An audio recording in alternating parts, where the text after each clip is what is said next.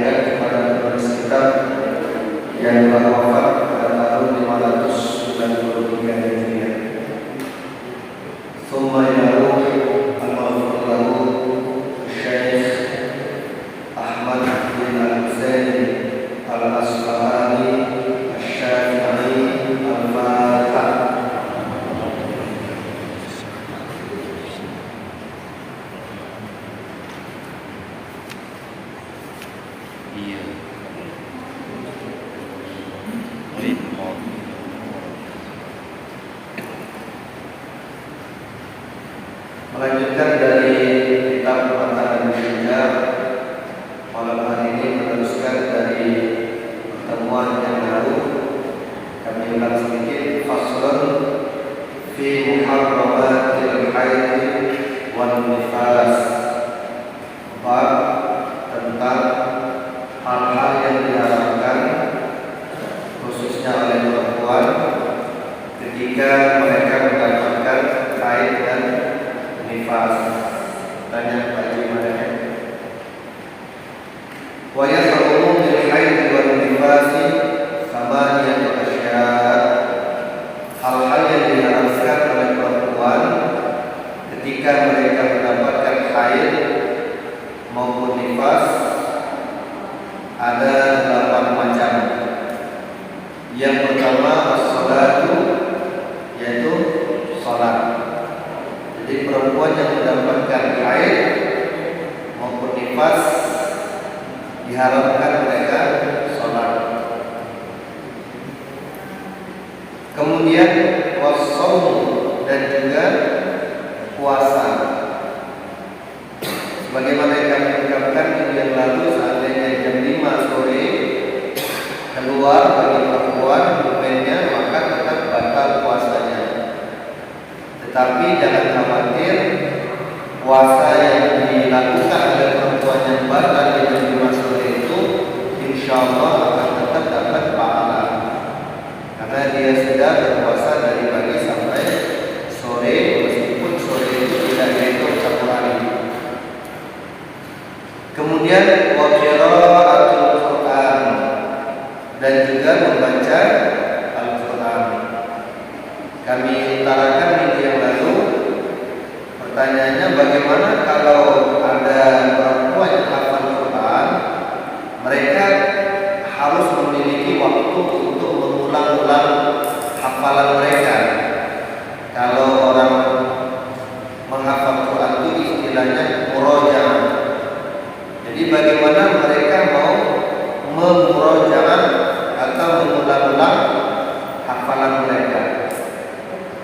Kalau orang tidak haid dan laki-laki pasti dengan cara membaca. Bagaimana dengan perempuan yang sedang haid? Maka boleh diantaranya mendengarkan orang lain yang membaca Quran, kita yang mendengarkan. Karena mendengarkan orang lain yang membaca merupakan bagian dari usaha mengulang-ulang hafalan Quran. Kalau tidak ada orang lain di HP kita download MP3 ataupun aplikasi-aplikasi yang di dalamnya memuat suara-suara orang yang membaca Al-Quran secara penuh dari juz awal hingga akhir. Kalau kami dulu ketika masih baru-baru menghafal dengan Ustaz Nawawi, ada teman saya itu namanya Sidik Jamaah. Dia sekarang tinggal di Lahad. Nah, Jumat tabligh yang sering ke Lahad. Di Lahad itu ada masjid besar, semacam masjid agung di Lembang, masjid Jami kalau tidak salah namanya, atau masjid apa saya lupa. Imam tetapnya itu namanya Sidik Jamaah, tunanetra. Waktu beliau menghafal setelah hafalan dengan Ustaz Nawawi, beliau menghafal dengan cara kaset pita kan, kaset pita, kemudian tip, putarnya lagi hilang, putarnya lagi hilang lagi, terus seperti itulah di Masjid Al-Quran lantai 2 itu. Sering kami ketika mendapatkan beliau melakukan hal tersebut. Maka bersyukurlah kita yang diberikan nikmat bisa melihat. Contohnya teman saya tadi, Ustaz Sidik Jamaah, meskipun maaf tunanetra, istrinya pun, istrinya tidak, istrinya namanya. Beliau tunanetra, tapi semangat untuk menghafal Quran tinggi, pakai kaset, cetek, kadang kelewatan, kadang pas. Kita lemah sekarang tinggal geser-geser ya kan. Dalam waktu hitungan video jam panjangnya berjam-jam, kita cuma gesek-gesek sedikit. Kalau dulu tidak. Ya, kali jemaah haji dulu beli kaset yang 30 juz itu Pak besar Pak Haji. Mungkin Pak Haji beli juga. Mertua saya ya senang mendengarkan kaset, masih carung lama Pak Haji, tidak ngerti dia yang kita gesek-gesek tadi. Jadi cetak. Jadi seperti itu Ibu ya. Kalau Ibu punya saudara keluarga yang hafal Quran, maka boleh menyuruh orang lain untuk membacakannya ataupun mendengarkan melalui media, baik kaset maupun HP dan sebagainya. Atau boleh menyuruh orang lain buka mushaf. Jadi kita taruh Quran depan kita suruh anak kita atau siapa buka halaman ini, kita lihat saja, tidak usah baca. Karena melihat itu juga bagian dari usaha mengulang-ulang hafalan. Ya, contoh, mau tampil lomba, baik 5 juz, 10 juz, 20 juz dan 30 juz. Cabangnya 5, 10, 20 dan 30 juz. Kalau nak diulang pada saat tampil tak mungkin. Apa buat? Belum nak tampilnya habis tenaga. Maka banyak orang yang hanya melihat-lihat saja. Seperti itu. Jadi melihat-lihat mushaf atau Al-Quran merupakan bagian dari upaya mengulang-ulang hafalan Quran. Jadi kalau Bapak melihat teman-teman termasuk saya buka HP, nengok Quran, nah itu bagian kami persiapan untuk ngimam. Ya, bukan kami tuh buka WA sepanjangan, ada juga, tapi tidak seluruhnya Pak Haji. Ya. Jadi ketika mau ngimam buka dulu, takut salah. Jadi ketika ngimam terbayang di situ tempatnya. Kemudian wa masul mushafi wa hamluhu, memegang mushafnya maupun membawa mushafnya. Memegang dan membawa mushaf. bukan memegang Quran ya. Yang kita baca itu namanya mushaf. Cuma kita sehari-hari biasa menyebutnya Quran. Oh, Quran itu misalnya. Sebenarnya bahasa yang sebenarnya mushaf. Ya. Kalau kita sudah terbiasa Quran, ya tidak salah. Sudah menjadi bagian dari bahasa sehari-hari kita. Tapi kalau bahasa Arab ngomong dengan Arab, mushaf. Ya.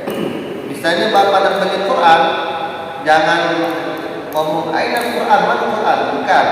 Ainal mushaf, mana mushaf? Ya, pasti orang berpikir langsung Quran dicari. Mushaf itu ada 4, Taurat, Zabur, Injil, dan Al-Quran. Karena kita umat Rasulullah pasti Al-Quran. Jadi kalau kita di Arab pada saat musim haji maupun umrah, bukan musim pandemi seperti sekarang ini, ngomong nak beli mushaf pasti ditunjuknya Al-Quran. Jadi dilarang memegang mushaf maupun membawanya. Karena orang hafal Quran ya Al-Quran itu sudah di dalam ingatan mereka. Contoh seperti guru kita Ustaz, dan alhamdulillah dibawa beliau sampai ke liang kuburnya.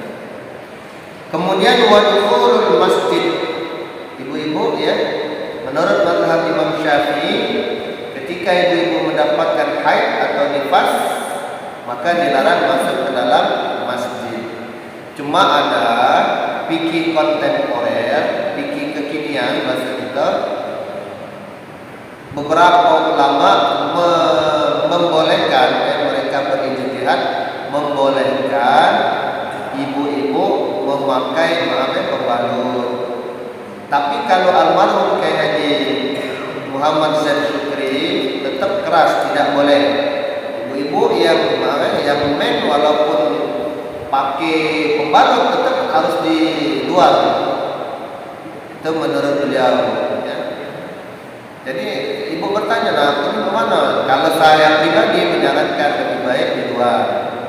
Ya, lebih baik di luar. Ada acara akad nikah di dalam masjid, dan ibu-ibu ketika acara itu berlangsung dalam kondisi haid atau nifas, maka lebih baik di luar masjid. Kemudian tawaf dan juga tawaf ya. Nah, karena ibu-ibu yang usianya masih produktif, yang bukan menopause namanya, monopause atau menopause? Monopause. Ibu-ibu yang monopause itu kan enak, tidak terganggu. Tapi kalau ibu-ibu yang belum mendapatkan monopause atau menopause ya, itu pasti tidak tahu jadwalnya. Kadang-kadang kan maju, kadang-kadang tepat perkiraan, kadang-kadang mundur. Ketika puncaknya haji kan harus suci dari nifas, dari haid. Maka ada pil pencegah untuk tidak men. Nah, boleh tidak? Silakan. Karena apalagi kita antrian kan belasan tahun, bahkan kabarnya sudah sampai 20 tahun. Jadi kalau Pak Haji Raju daftar haji hari ini, 20 tahun akan datang baru dapat giliran. Kamu pulau mendak dia turun lagi. 20 tahun yang akan datang. Ketika 20 tahun yang akan datang, istri kita masih produktif, maka diperbolehkan untuk makan pil penunda menstruasi, boleh. Tapi kalau umpama baru niat suci, ada sah. Tapi kira-kira khawatir, silakan. Nah, Pak Haji Alek kayaknya berangkat dengan rumah, siapkan pil tersebut. Belinya di mana? Di apotek ya, bukan di toko roti kan. Kemudian bersetubuh. Jadi ibu kalau dalam keadaan haid maupun nifas tidak boleh bersetubuh. Bapak-bapak juga ya banyak-banyak beristighfar, banyak-banyak bersalawat biar menurunkan hawa nafsu ya. Nah, biasanya pengantin baru ada Pak Haji Atta dan Pak Haji ya. Lah banyak dia istighfarnya. Nah, pengantin baru Haji Raju dan kawan-kawannya kayak rumah dalam keadaan haid dan nifas dilarang bersetubuh. Kemudian wal istimta'u bima baina surrati war rukbah, bercumbu antara pusat sampai lutut. Saya ulangi, bercumbu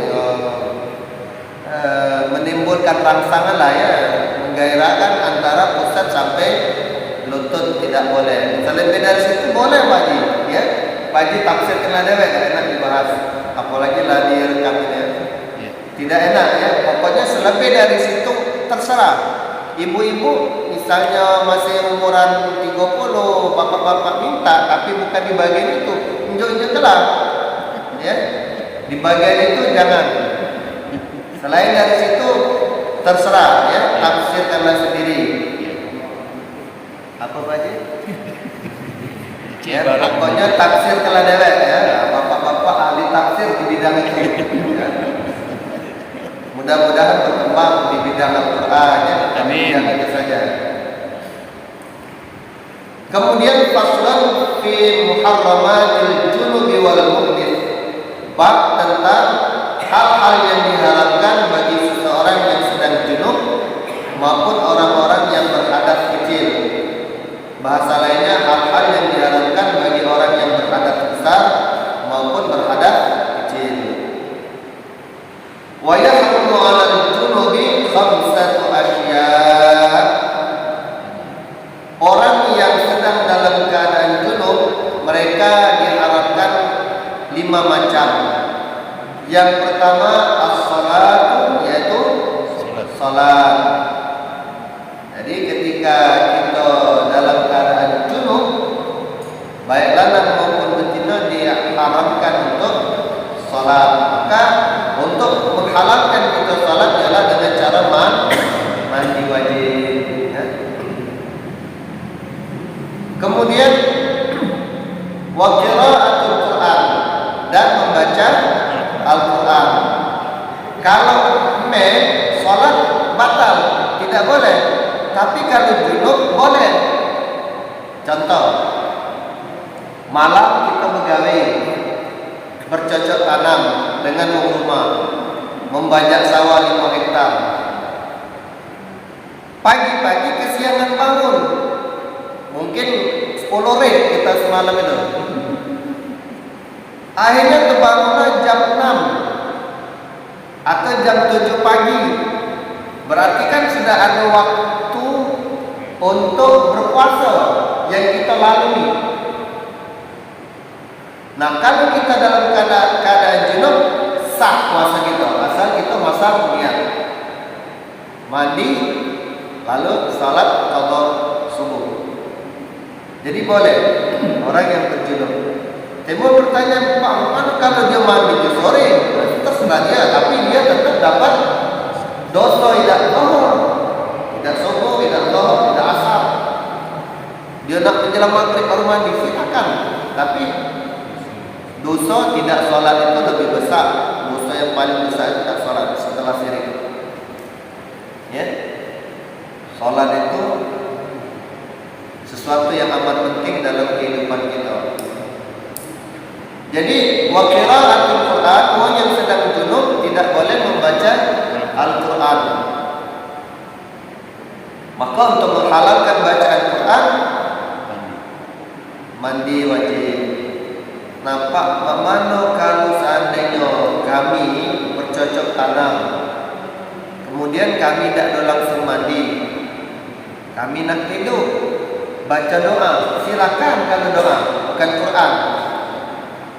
Bismikallahumma ahya wa bismika amut. Boleh zikir subhanallah subhanallah. Misalnya itu biasa di malam-malam sebelum tidur, silakan, tidak apa-apa. Zikir, doa boleh, baca Quran jangan. Kemudian wa masul mushafi wa hamluhu, sama seperti tadi, memegang mushaf maupun membawa mushaf. Tidak boleh. Jadi kalau seandainya ada Quran terkapar, kita suruh anak kita, ponaan kita, atau siapapun yang berada dekat kita untuk mengambilkannya. Tapi kalau memang landak dia ganti lagi, pakai lapisan, misalnya pakai alat pakai alat, ya. Kemudian tawaf dan juga tawaf. Tawaf itu adalah pekerjaan 7 kali mengelilingi Ka'bah, dimulai dari Hajar Aswad dan berakhir di Hajar Aswad. Kemudian wal-lubtu fil masjid, ya, berdiam diri di dalam masjid. Contoh Cak Pak Haji sekarang duduk dalam masjid. Maka orang yang sedang junub, misalnya bapak tadi sebelum habis sholat asar tadi bercocok tanam, lupa teringat, baliklah, ya, balik mandi. Lalu tuh lupa. Berdiam diri ini bisa jadi kita terjemahkan iktikaf. Kemudian wayang al muhdits, sedangkan yang diharamkan bagi orang yang sedang berhadas kecil salah satu asya, tiga macam. Yang pertama as-salat, yaitu salat. Jadi kita nak salat harus berwudu, mengangkat hadas kecil, atau tayammum kalau tidak punya atau tidak katib air. Kemudian tawaf dan juga tawaf. Makanya bapak, ya, ketika nanti bapak berangkat ibadah haji maupun umrah, tawaf itu wajib punya wudu. Kalau sa'i lari-lari kecil antara Bukit Safa dan Bukit Marwah, mari ketentut sepanjang jalan tidak apa-apa. Ya, ketut. Lupuklah, tidak apa-apa. Tetap sah. Karena sa'i tidak perlu suci dari hadas kecil dan hadas besar. Tapi kalau tawaf wajib. Kenapa? Karena tawaf itu adalah pengganti sholat. Jadi ketika bapak masuk ke dalam Masjidil Haram, tidak ada sholat tahiyatul masjid. Selain dari Masjidil Haram ada sholat tahiyatul masjid. Lalu pertanyaannya, apa penggantinya Pak? Jalan tawaf. Masuk langsung tawaf sebagai pengganti tahiyatul masjid. Pak, aku masuk, tahu-tahu mau lagi sholat berjemaah. Ya sholat itu sholat atau maghrib atau isya atau zuhur. Selesai sholat kita dilanjutkan sunat tawaf, baru kita tawaf. Kemudian wa masrul mushafi wa hamduhu, memegang mushaf dan juga membawanya. La yamassuhu illal mutahharun, janganlah kamu pegang itu mushaf kecuali kamu dalam keadaan suci. Nah, disinilah ada menyebutkan multi tafsir. Jadi ada sebagian ulama seperti yang ditulis oleh Imam ini, memegangnya pun tidak boleh, membawanya pun juga tidak boleh. Berarti ulama ini tingkat kehati-hatiannya tinggi. Tetapi ada juga pendapat lain mengatakan ketika berhadas kecil diperbolehkan untuk memegang mushaf, membawa mushaf, bahkan membaca Quran tanpa berwudu pun diperbolehkan, ya. Seperti almarhum Kiai Haji Syadzili Mustafa itu membolehkan dia membaca Quran tanpa berwudu, tapi hukumnya makruh, ya, karena dia punya dalil. Jadi boleh. Tapi menurut kitab ini tidak boleh memegang, membawa mushaf. Kemudian yang berikutnya, kalau ada pertanyaan silakan Bapak, kalau bisa kami jawab. Berikutnya kita sholat, bab tentang sholat. Faslun fi mawaqitis shalat, bab tentang waktu-waktu salat. As-salatul mafrudatu khamsun. As-salatul mafrudatu khamsun. Saya ulangi, as-salatul mafrudatu khamsun. Salat yang wajib itu ada 5. Yang pertama al-zuhur, yaitu salat zuhur. Wa awal waqtiha zawal syams. Awal waktu berlakunya salat zuhur adalah ketika condongnya matahari. Jadi tegak di pucuk kepala, bergeser sedikit sudah masuk waktu zuhur. Wa akhiruhu, dan akhir daripada waktu zuhur itu adalah idza sara dhillun kulli syai'in mislahu ba'da dhilliz zawal.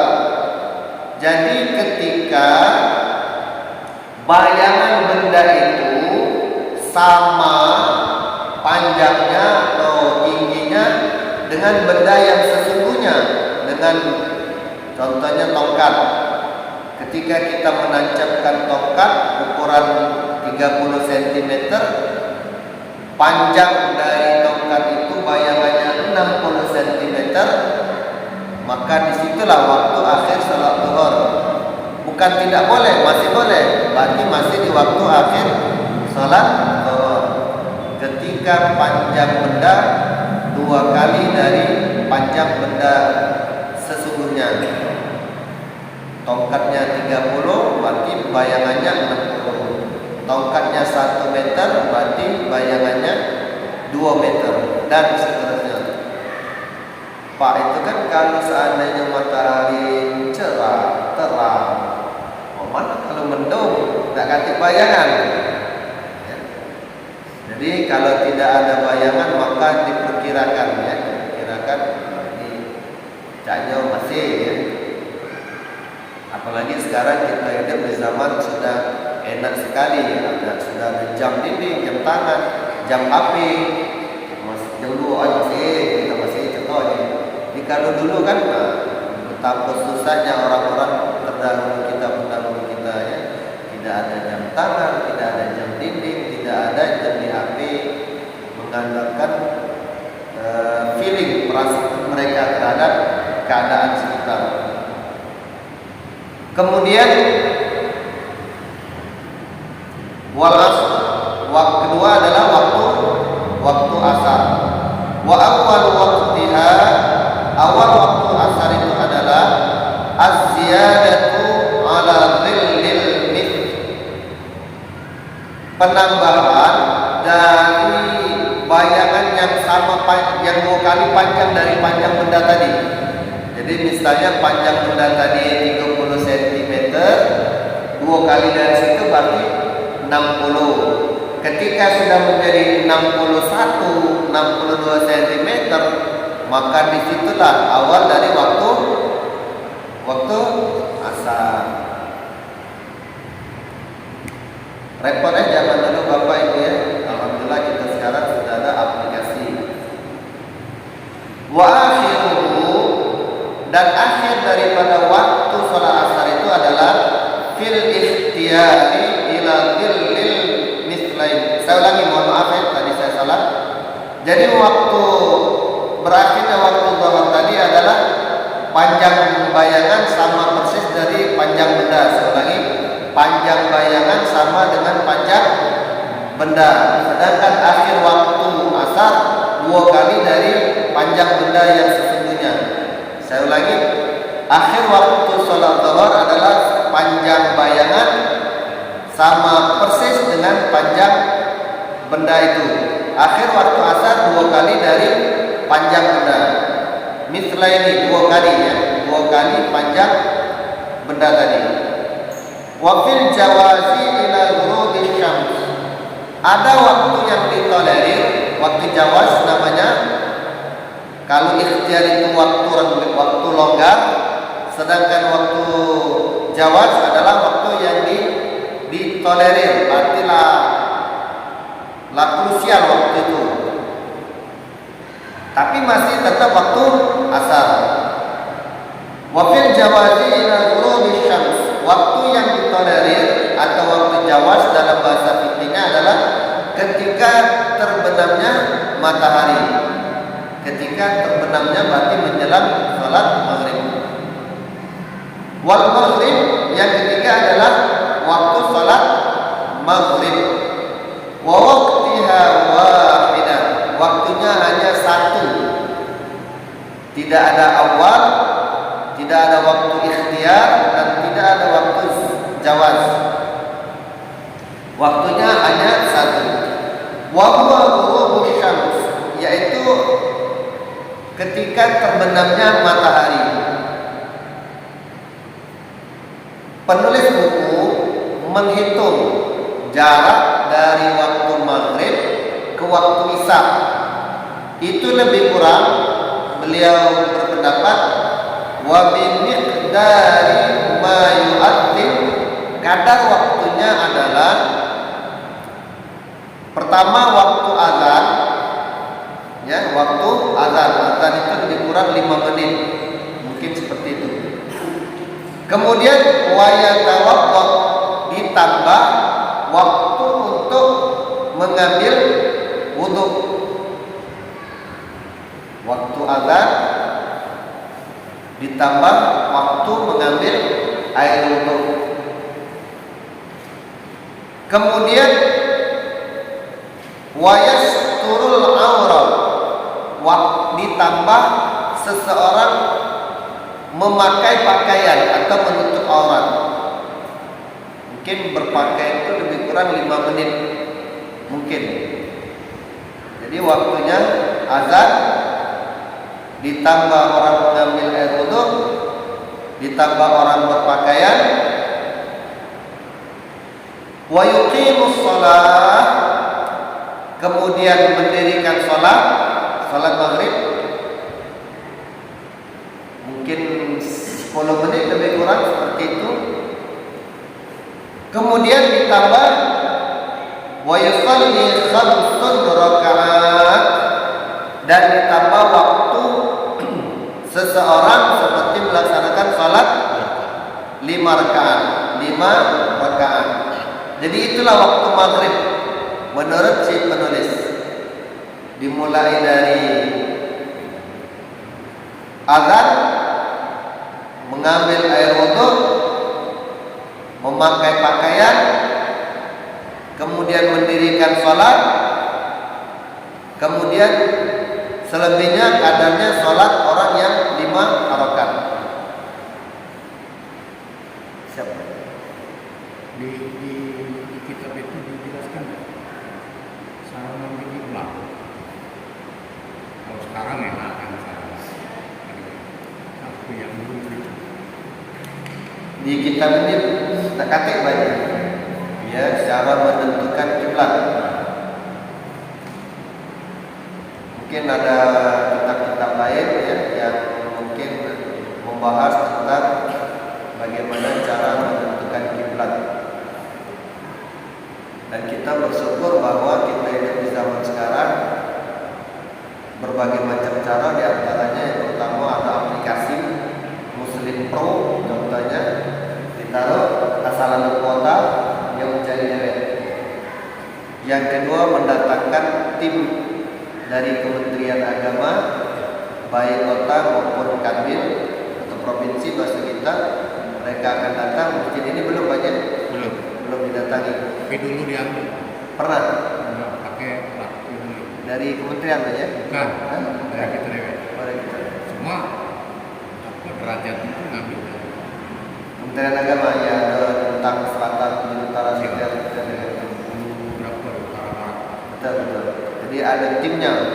Jadi itu cara manualnya.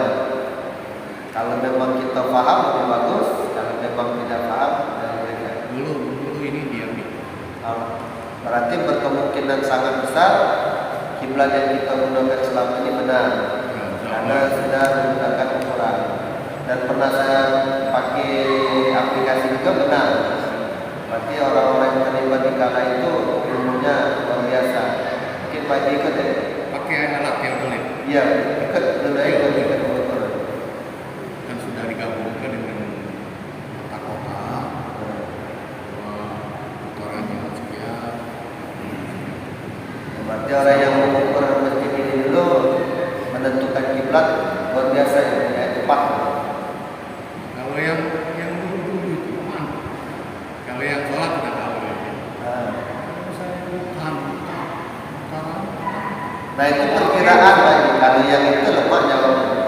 kalau seandainya kita di hutan, ya, kalau gelap itu basi kiblat, kira-kira baik. Kalau kita berada di hutan, ada kuota tapi sinyal aktif, bukan lagi tapi hilangnya. Perkiraan kita ada. Bisa kan? Tidak bisa bagi aplikasi itu bisa dipakai ketika ada kuota bagi seluruh aplikasi yang berbentuk online kecuali offline. Nah, peta itu termasuk atau kompas itu termasuk aplikasi online ya. Tapi kalau baca Qurannya offline, karena aplikasi itu berbagai macam fitur di dalamnya. Yang online itu hanya kompas, lebih dari situ offline. Jadi kalau kita di hutan, Bapak Ibu tidak tahu kemana arah kiblat, boleh galau-galau sah. Sama seperti kita di pucuk kapal dari Merak ke Bakauni atau dari Bakauni ke Merak. Bapak perhatikanlah kiblatnya di situ lah. Sejadahnya tidak digeser-geser, kan? Nanti boleh. Ya. Ini berlaku pada kondisi normal yang kita harus sesuai dengan menghadap kiblat. Ada lagi Pak? Siapa? Terkait mushaf, apakah Al-Quran digital itu dia termasuk mushaf atau tidak? Kalau dia berdiri sendiri, terus ada juga Al-Quran yang sudah include di HP Ustaz. Kadang kita beli HP itu sudah terinstall 30 juz, apakah dia juga termasuk mushaf atau tidak? Terus ada Al-Quran yang digital yang memang tidak ada aplikasi lain, apakah itu juga termasuk mushaf? Kalau mushaf berarti ketika kita sedang hadas besar kan tidak boleh. Kalau kita masuk nah, status Al-Quran digital itu apakah dia bagian dari mushaf atau tidak? Jadi siap, pertanyaan bagus dari orang intelek ya. Jadi di hati kita itu ada aplikasi Al-Quran, berbagai macam aplikasi, tinggal menanggalak ya. Pertanyaannya, aplikasi yang ada di dalam HP kita apakah itu juga termasuk dikategorikan mushaf atau bukan ya? Maka ada beberapa pendapat ya. Kalau merujuk dari yang pernah saya tonton dari ulama-ulama Arab ya, saya tidak tahu ulama Arab Saudi Arabia, yang penting dia ulama dan dia berbahasa Arab ya. Ketika saya sering nonton tayangan tersebut, mereka mengkategorikan bukan karena beralaskan seperti ini, diibaratkan, ditafsirkan seperti orang yang menghafal Quran. Berarti orang yang menghafal Quran itu di dalamnya mushaf. Berarti tidak boleh orang itu disentuh, tidak boleh orang itu ke kamar mandi. Nah itu kan tak boleh bawa mushaf di kamar mandi, tak boleh, maaf apalagi sampai nenek, tidak boleh. Berarti orang yang hafal Quran tak boleh ke kamar mandi, dia disambungkan seperti itu. Jadi dia sesuatu yang bisa dimunculkan ketika dibuka aplikasi. Berarti orang itu bisa dimunculkan ketika dia baca Quran. Seperti itu Pak Haji. Karena ini fikih kontemporer, bukan fikih zaman dulu kan ada katanya. Itu menurut mereka Haji. Ya. Jadi saya pun waktu itu ya sempat bertanya dengan pertanyaan yang sama, saya cari-cari ternyata ada jawabannya ya. Saya tidak tahu ulama mana, yang jelas ulama yang memakai bahasa Arab dalam isi ceramahnya. Seperti itu. Saya lanjutkan dulu Pak Haji.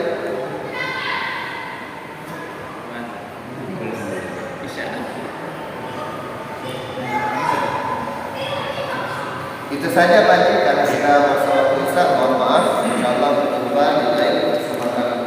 Nauzubillahi minasyaitonir rajim. Bismillahirrahmanirrahim. Alhamdulillahirabbil alamin. Allahumma shalli wa sallim ala sayyidina Muhammad wa ala ali sayyidina Muhammad. Allahumma salli lana bi husnil khatimah wa la taqdim alaina bi su'il khatimah. Na'udzu fiha subhanaka Allahumma wa tahiyyatuhum fiha salam wa akhiru da'wahum alhamdulillahi rabbil alamin. Assalamualaikum warahmatullahi wabarakatuh. Waalaikumsalam warahmatullahi wabarakatuh. Allah the Almighty, Allah, protect me and guide me, Allah.